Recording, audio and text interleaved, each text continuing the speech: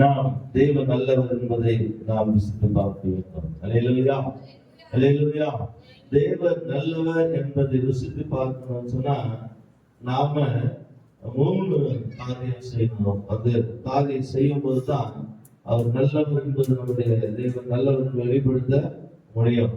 அல்லேலூயா. எப்படி அதை நாம் வெளிப்படுத்த முடியும் சொன்னா, முதலாவது நாம் கர்த்தருக்கு என்ன செய்யணும்னா நம்மை கொடுக்கணும். நம்ம என்ன பண்ணோம்? கொடுக்கணும். கர்த்தருக்கு நம்ம கொடுக்கணும். இரண்டாவது நாம் கொடுக்க வேண்டிய காரியம் என்னன்னு பாத்தீங்கன்னா நேரத்தை கொடுக்கணும். கவனிக்க, ஒரு கிறிஸ்தவன் என்றால், ஒரு கிறிஸ்தவன் என்று சொன்னால் முதலாவது தன்னை கொடுக்கணும், இரண்டாவது என்ன பண்ணணும்? நேரத்தை கொடுக்கணும்.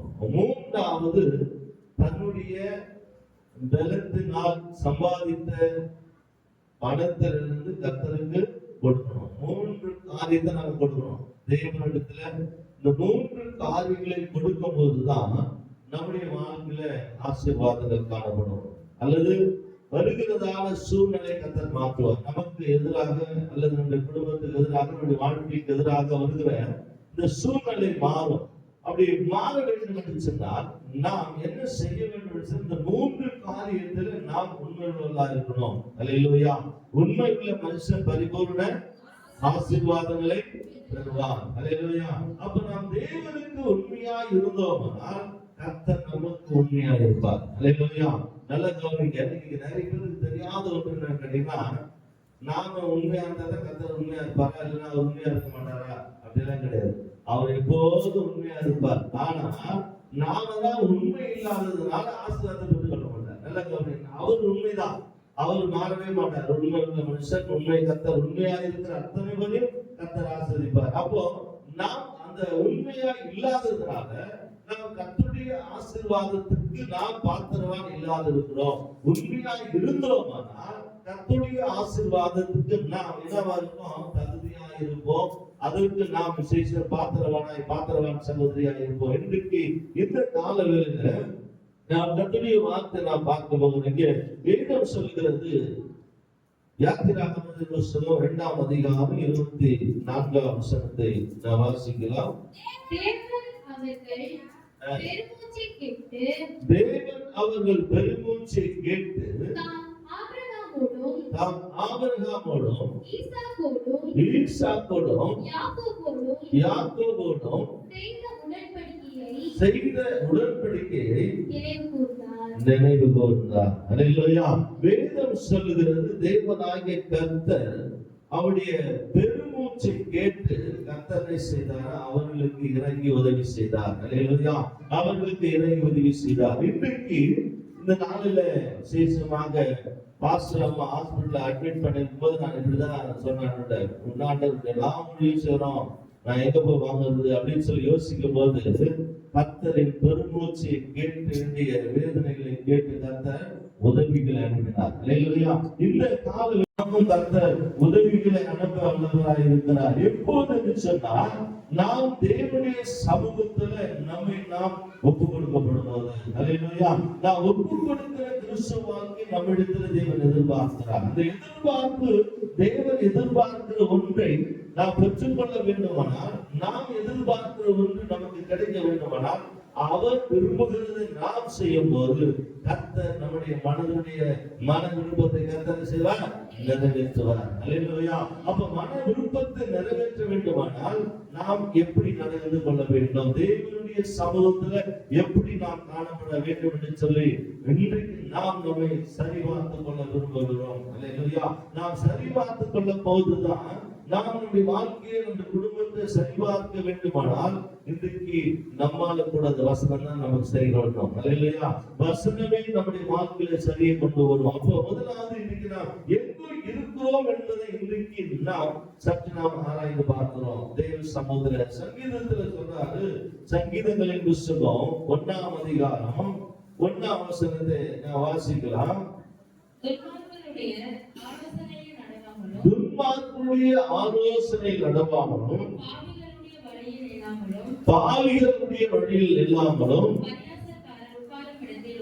உட்காராமல், இந்த 3 காரியத்துல நாம் உண்மையா இருந்தோமானால் கர்த்தர் உங்களையும் என்னையும் கர்த்தர் இந்த வார்த்தை கேட்கிற ஒவ்வொரு குடும்பத்தையும் கர்த்தர் என்ன செய்வதுன்னா மிகுதியாய் பலன் தருவார், அதிகமாய் பலன் தருவார், அதிகமாய் நன்மையான காரியங்களை செய்வார்.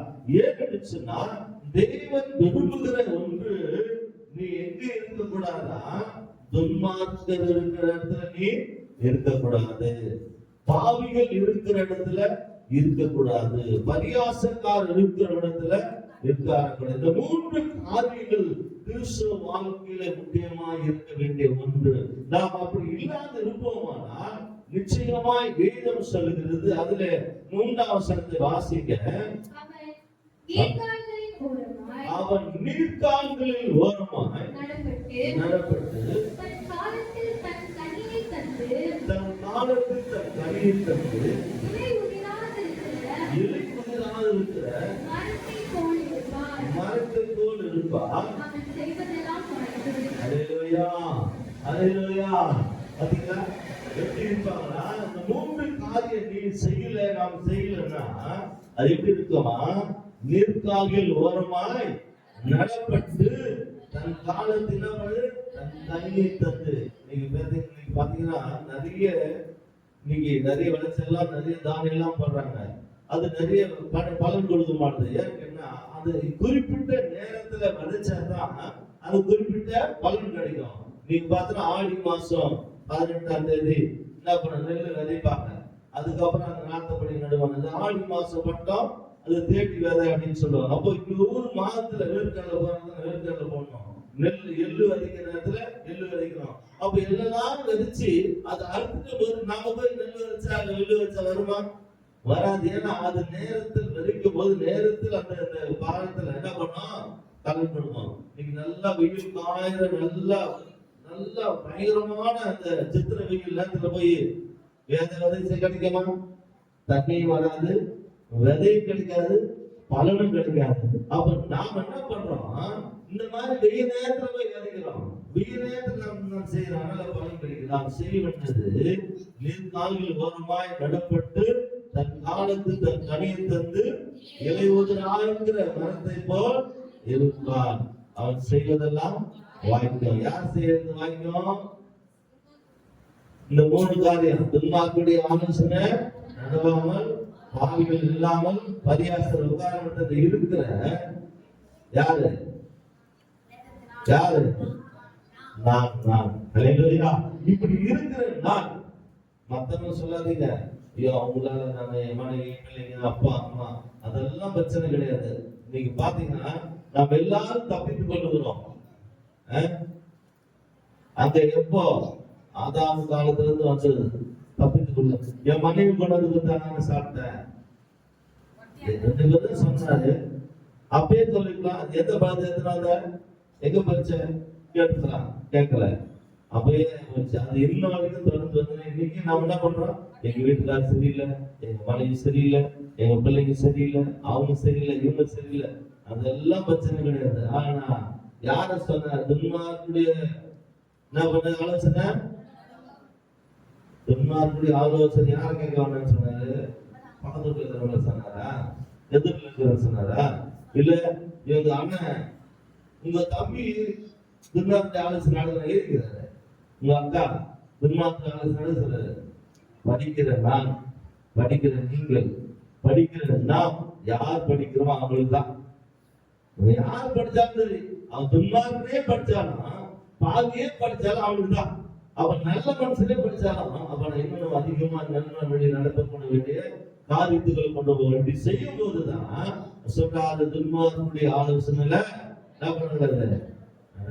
பாவிகள் பரியாசக்கார உதாரணத்துல உட்காரக்கூடாது. அப்படி உட்கார்றது இருந்தா நீ செய்வதெல்லாம் வாய்க்கும், நான் செய்வதெல்லாம் வாய்க்கும். அப்ப வாய்க்காததுக்கு காரணம் யாருன்னு கேட்டீங்கன்னா, நான் எங்கேயோ தவறிட்டேன், நான் எங்கே தடுமாறிட்டேன், எங்கே தேவனுடைய வார்த்தைக்குள்ளாக வராதபடி நான் என்னுடைய வாழ்க்கையில என்ன செய்தேன்? தவறுதலாய் மாறிட்டேன். என் வாழ்க்கை மாறப்பட்டதுனால என்னுடைய ஆசீர்வாதம் தடைபட்டு போனது, என்னுடைய நன்மைகள் தடைபட்டுப்படுது, என்னுடைய மகிமைகள் தடைபட்டுப்படுது. அப்ப நாம் என்ன செய்ய வேண்டும்? நம்முடைய வாழ்க்கையை மாற்றிக்கொள்ளக்கூடிய காரியத்தை மாற்றாதபடி நாம் மற்றவர்களை சுவை சொல்லிக் கொண்டிருக்கிறோம், மற்றவர்களை குறித்து பேசிக் கொண்டிருக்கிறோம். நாம் நம்முடைய வாழ்க்கையை மாற்றத்தை ஏற்றுக்கொள்வோமானால் ஆசீர்வாதம் தானா தெரியும். ஆசீர்வாதம் யாரு தெரியும் தெரியுமா? பகத்தோடு தெரியுமா? பசியா இருந்தது யாரு? பசியா இருந்தது அங்க ஒருத்தர் பசியா இருந்தாரு. யாரு பசியா இருந்தது? காக்கா என்ன பண்ண வச்சு கறி கொண்டு வந்துச்சு, கறி சாப்பாடு வந்துச்சு. எலியா தேவனுடைய சமூகத்துல இன்றைக்கு நீங்களும் நானும் நம்மளை தேடி வரும் ஆசீர்வாதம், நம்மளை தேடி வரும் ஆசீர்வாதம். அந்த ஆசீர்வாதத்தை தேடி வருவதற்கு நாம் யாராவா இருக்கணும்? அதை பெற்றுக்கொள்வதற்கு தகுதி உள்ள ஒரு வாழ்க்கையை காணப்பட வேண்டும். அல்லேலூயா. இதுதான் தேவன் எதிர்பார்க்கிறார். அப்படி எதிர்பார்க்கப்படும் போது நம்ம வாழ்க்கையில தேவன் ஒன்றே ஒன்று விரும்புகிறார். அந்த 3 காரியம். முதலாவது நம்ம என்ன சொன்னோம்? எண்ணெய் கொடுக்கணும், என்ன பண்ணணும்? நேரத்தை கொடுக்கணும். கர்த்தருக்காக நான் சம்பாதித்த பணத்திலிருந்து தேவனுக்கு கொண்டு 3 காரியம் செய்யணும்.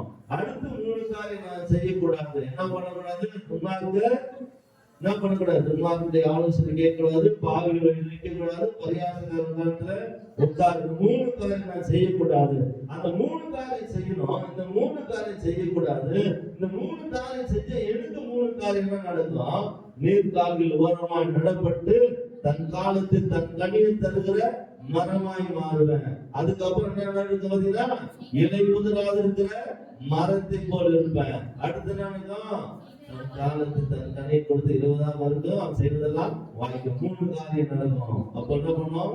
செழிப்பா இருப்ப, பலன் கொடுப்ப. ஏற்ற காலத்துல பலன் நடக்கும். எப்போது தண்ணி எல்லாம் கிடைக்காது, அப்புறம் எல்லாம் கிடையாது. அப்பவே கர்த்தருடைய வார்த்தை சொல்கிறது என்ன பண்ணும்? அது நீர்கால் ஓரமா இருக்கிற மரத்து செழிப்பா இருப்ப. நீ கனி கொடுத்த நேரத்துல கனி கொடுப்ப. தண்ணி எல்லாம் கனி கொடுக்க மாட்டேன், தண்ணி எல்லாம் நடக்காது.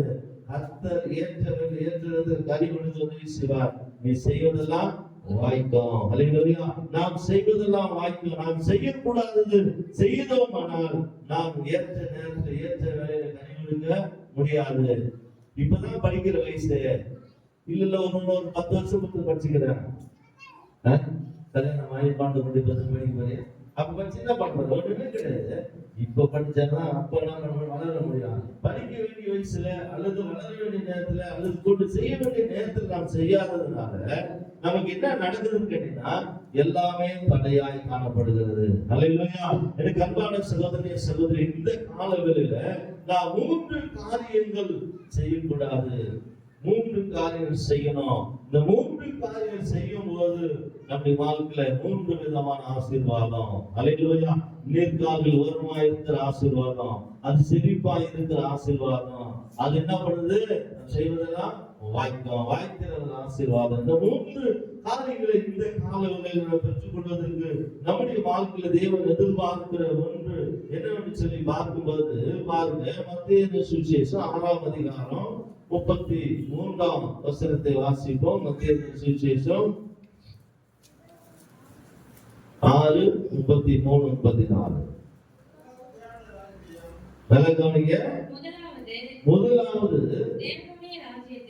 முதலாவது தேவனுடைய ராஜ்யத்தையும்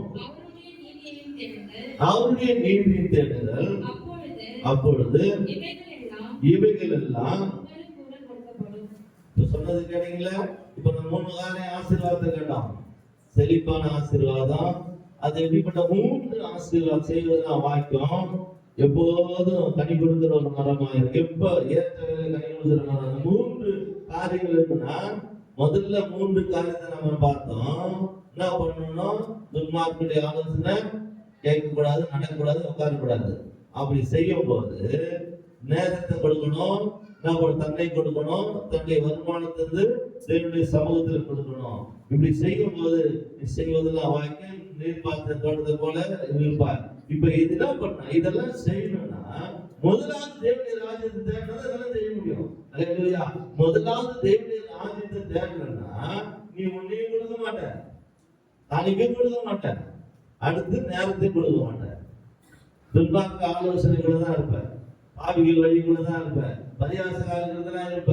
ஆனா நீர்ப்பாசன தோட்டத்துக்கு போக முடியாது, பச்சாத நீருக்கு போக முடியாது, தண்ணி கொடுக்க முடியாது, அங்க என்ன பண்ண முடியாது, செய்யறதெல்லாம் வாய்க்காது.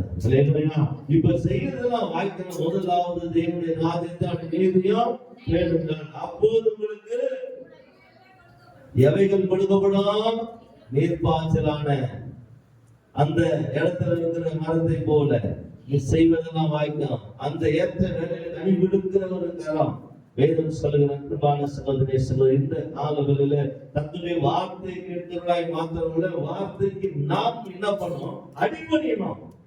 உலகத்தில் வாழ்கிற ஒரு மனுஷன் சொல்லுகிறார், நீங்க சொல்றத மக்கள் கேட்கணும், நாங்க சொல்றத நீங்க கேட்கணும்ன்றது போல இந்த வேதம் சொல்லுகிறது. முதலாவது தேவனுடைய ராஜ்யத்தை அப்படிய நீதியை தேடுங்கள், அப்புறம் என்ன பண்ணுமா, கூட கொடுக்கப்படும். ஆகையால்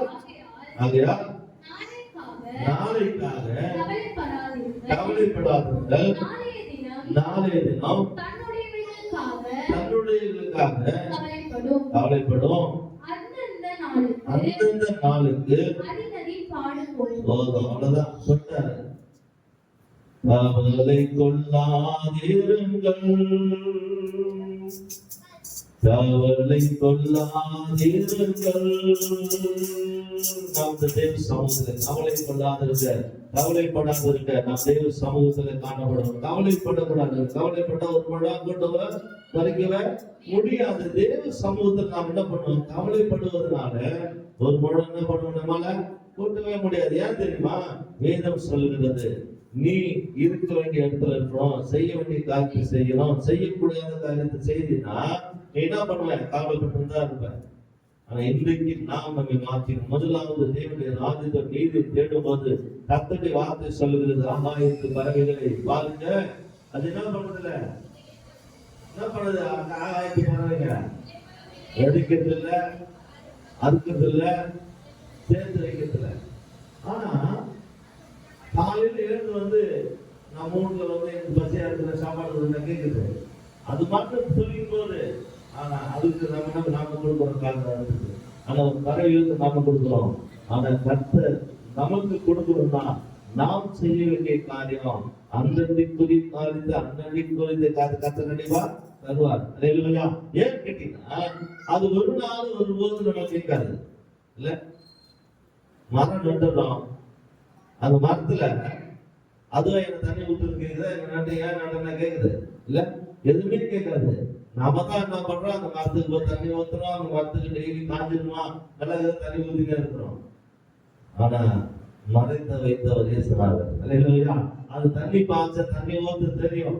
ஆனா நாம் என்ன பண்ணோம், கனி கொடுப்பதற்குரிய காரியத்தை நம்மிடத்துல இருந்தாதான் நடக்கும். அங்க பார்த்தாரு, நல்லா செழிப்பா ஒரு மரம், தோட்டக்காரர் சொன்னாங்க, அந்த மரம் ரொம்ப பயங்கரமா அந்த இடத்த அப்படியே மூடி இருக்குது, பச்சை பச்சையா இருக்குது. அவர் சொல்றாரு, ஏப்பா காய்க்குதா பாரு, எங்க தேடி பாரு. அந்த தோட்டக்காரத்தை சுத்தி சுத்தி தேடுறான், அங்க என்ன இல்ல, தண்ணி இல்ல. சொல்றாரு, எஜமா அப்பா வானம் இந்த மரம் இந்த இடத்தெல்லாம் கெடுத்துருது, வெட்டி போட்டுரு. வெட்டி போட்டதுக்கு அப்புறம் நாம என்ன பண்ணலாம், வேற என்ன மரத்தை வைக்கலாம், வேற என்ன கனி வைக்கலாம், வேற கனி கொடுக்கறது அவங்களுக்கலாம், ஆனா எடுத்து போட்டுரு அப்படின்னு சொல்றாங்க. அவர் சொல்றாரு, இல்லையா இன்னும் இந்த கொஞ்சம் வருஷம் இருக்கணும், இந்த வருஷத்துல எப்படியாவது என்ன பண்றேன், கொஞ்சம் எரு போட்டு தீனி போட்டு நல்லா நல்லா எப்படியாவது என்ன பண்ண கனி கொடுக்க வச்சிடறேன் அப்படின்னு சொல்றாரு. ஆனா அந்த ஒரு இயேசு கிறிஸ்து உங்களை என்னையும் பார்த்து இன்னும் கொஞ்சம் காலம் பத்து பேசுங்க, பிதாவிட பத்து பேசுங்கிறாரு. நீ இது வரைக்கும் கல்வி கொடுக்கல, இவ்வளவு நாள் ஆச்சு, சபைக்கும் சாட்சியா இல்ல, சபைக்கும் ஆதரவு இல்ல, குடும்பத்துக்கும் இல்ல, எல்லாம் ஒத்துக்கணும். இன்னைக்கு அநேக காரியங்கள் நம்ம நினைக்கிறோம், இன்னைக்கு அநேக கிறிஸ்துவ வாக்குல குறை வருவது காரணம் முதலாவது தேவனுடைய ராஜ்யத்தை தேடுறதில்லை. உலகத்தில் காரியங்களை தேடி கொடுக்கிறோம், உலக சம்பதை தேடி கொடுக்கிறோம். அதனாலதான் இன்னைக்கு நிறைய கிறிஸ்துவ வாழ்க்கையில இன்னைக்கு குறைகள், பிரச்சனைகள், போராட்டங்கள் வருது. நம்முடைய வாழ்க்கையில தேவன் செய்யக்கூடிய ஒரு காரியத்தை இன்றைக்கு நாம் நம்முடைய வாழ்க்கையில மாற்றிக்கொள்ள வேண்டும். அல்லேலூயா. அப்படி மாற்றிக்கொள்வோமானால் நிச்சயமாய் சொல்கிறேன், நம்முடைய வாழ்க்கையில வருகிற குறைவில்லை, கர்த்தர் நிறைவாக்குவார். அல்லேலூயா. குறைவுகளை நிறைவாக்குறது மாத்திரமல்ல, நம்முடைய வாழ்க்கை கர்த்தர் சரியாய் கொண்டு போவார். அதுதான் சொல்கிறது. இங்க வேதத்துல வாசிக்கும் போது உபாகமத்தின் புத்தகம் 7ஆம் அதிகாரம் 8ஆம் வசனத்தை வாசிக்க. உபாகமத்தின் புத்தகம் 7ஆம் அதிகாரம் 8ஆம் வசனம். கர்த்தர் உங்களில் அன்பு கூர்ந்ததினாலும் உங்கள் பிதாக்களுக்கு இட்ட ஆணையை காக்க வேண்டும் என்பதனாலும் கர்த்தர் பலத்த கையினாலும் உங்களை புறப்பட பண்ணி அடிமைத்தன வீடாகிய எகிப்து நின்றோம் அதன் ராஜாவான பார்வோனின் கையில் நின்றோம் உங்களை மீட்டுக் கொண்டார். வேதம் சொல்லுது, நம்ம என்ன பண்ணியிருக்கிறாரு? மீட்டு எடுத்திருக்கிறார். எங்க, எப்படி என்று சொன்னால், இஸ்ரவேல் ஜனங்களை தேவன் அடிமைத்தனமாக இருந்த போது அந்த பார்வோன் இடத்துல அவர்கள் வாழ்ந்த வாழ்க்கையை, அவருடைய பெருமூச்சுகளை கேட்டார், அவருடைய அங்கலாய்ப்புகளை கேட்டார், அவருடைய துன்பத்தை கேட்டார், அவருடைய வேதனை கேட்டுதான் தேவன் மோசேயை அனுப்பி அங்க அவர்களை கொண்டு வர செய்தார். அல்லேலூயா. அவர்களை கொண்டு வர செய்தார். ஆனா அவர்களை கொண்டு வந்த நோக்கம் ஒன்று உண்டு. ஆனா இவர்கள் செய்த நோக்கம் உண்டு. ஆனா மாறாய் முடிந்து விட்டது. ஏன் என்று சொன்னால், இஸ்ரவேல் ஜனங்கள் தன்னுடைய வாயினால் அவர்கள் என்ன செய்து போனார்கள்? போக வேண்டிய இடத்தை, செய்ய வேண்டிய காரியத்தை செய்யாததுனால போக வேண்டிய இடத்துக்கு என்ன பண்ண முடியல? போக முடியல. இஸ்ரவேல் ஜனங்கள் முறுமுறுத்தார்கள். மோசேயை பார்த்து சொன்னார்கள், மோசே, நாங்கள் அடிமைத்தனமாய் இருந்தோம், பார்வோன் கிட்ட வேலை செஞ்சோம், ஆனா வயிற்றுக்கு சோறு கொடுத்தான், எங்களுக்கு சாப்பாடு கொடுத்தான், ஆனா நீ என்ன பட்டியா போடுறிய அப்படின்னு சொல்லி முறுமுறுத்தார்கள். ஒன்று, அவர்கள் போக வேண்டிய இடம் போக முடியல. இரண்டாவது, அவர்கள் அந்த இடத்திலே தின்னு அவர்கள் வாயால கக்கக்கூடிய காரியத்தை கத்த செஞ்சார். நீங்க அன்னைக்கு கிறிஸ்தவர்கள் அப்படிதான் இருக்கிறாங்க. நீங்க நாமும் கூட நம்முடைய வாழ்க்கையை மாற்றிக்கொள்ள வேண்டும். அதே சுபாவங்கள், அதே எண்ணங்கள் இல்லாதபடி நாம் தேவ சமூகத்துல கர்த்தர் நம்ம மேல் அன்பு வைத்து நம்மை அழைத்திருக்கிறார். அந்த அழைப்புக்கு நாம் பாத்திரமா இருப்போமானால், அங்கே வேதம் சொல்லுகிறது, 9ஆம் வசனத்தை வாசிங்க. ஆகையால் உன் தேவனாகிய கர்த்தரே தேவன் என்றும் தம்மில் அன்பு கூர்ந்து தமது கற்பனை கை கொள்கிறவர்களுக்கு அவர் 1000 தலைமுறை மட்டும் உடன்படிக்கையையும் தயவையும் காக்கிற உண்மையுள்ள தேவன் என்றும். அல்லேலூயா, அல்லேலூயா. அவர் எப்படிப்பட்ட தேவனுங்க? உண்மையுள்ள தேவன், உண்மையுள்ள தேவன். அவர் இந்த தேவனாகிய கர்த்தர் என்றென்றும் உள்ள சதா காலங்களிலும் நம்முடைய தேவன். அவர் உண்மை உள்ள தேவன். உண்மையாய் இருக்க விரும்புகிறார். அந்த உண்மையாய் இருக்கிற தேவனுக்கு நாம எப்படி இருக்கணும்? உண்மையாய் இருந்தாதான் நாம் கர்த்தருடைய ஆசீர்வாதத்தை பெற்றுக் கொள்ள முடியும். உண்மையாய் இல்லைன்னா கர்த்தருடைய ஆசீர்வாதத்தை பெற்றுக் கொள்ள முடியாது. அதுதான், அதுக்கு நாம் என்ன பண்ணணும்னா, அன்பு கூறுவேன் என்னும் அதிகமா ஆராதிப்பேன் என்னும் அன்பு கூறுவேன் என்னும் அதிகமா ஆராதிப்பேன் என்னும்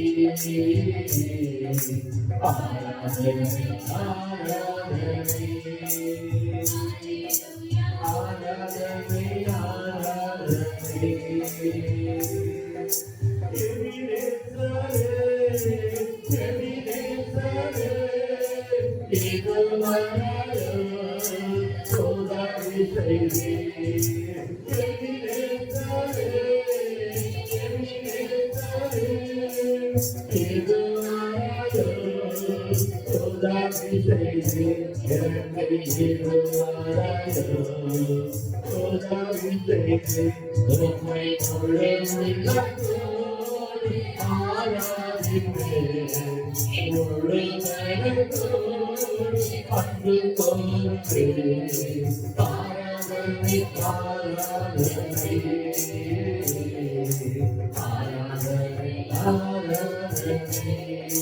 ஹalleluya ஆராதனை ஆராதனை ஆராதனை ஆராதனை யெகோவா யெகோவா சுகந்தீரே தாங்கியா யெகோவா யெகோவா சுகந்தீரே தாங்கியா எனக்கு சுகந்தீரே தாங்கியா ஓமை உடலுள்ள ஆராதித்தே உடலுள்ள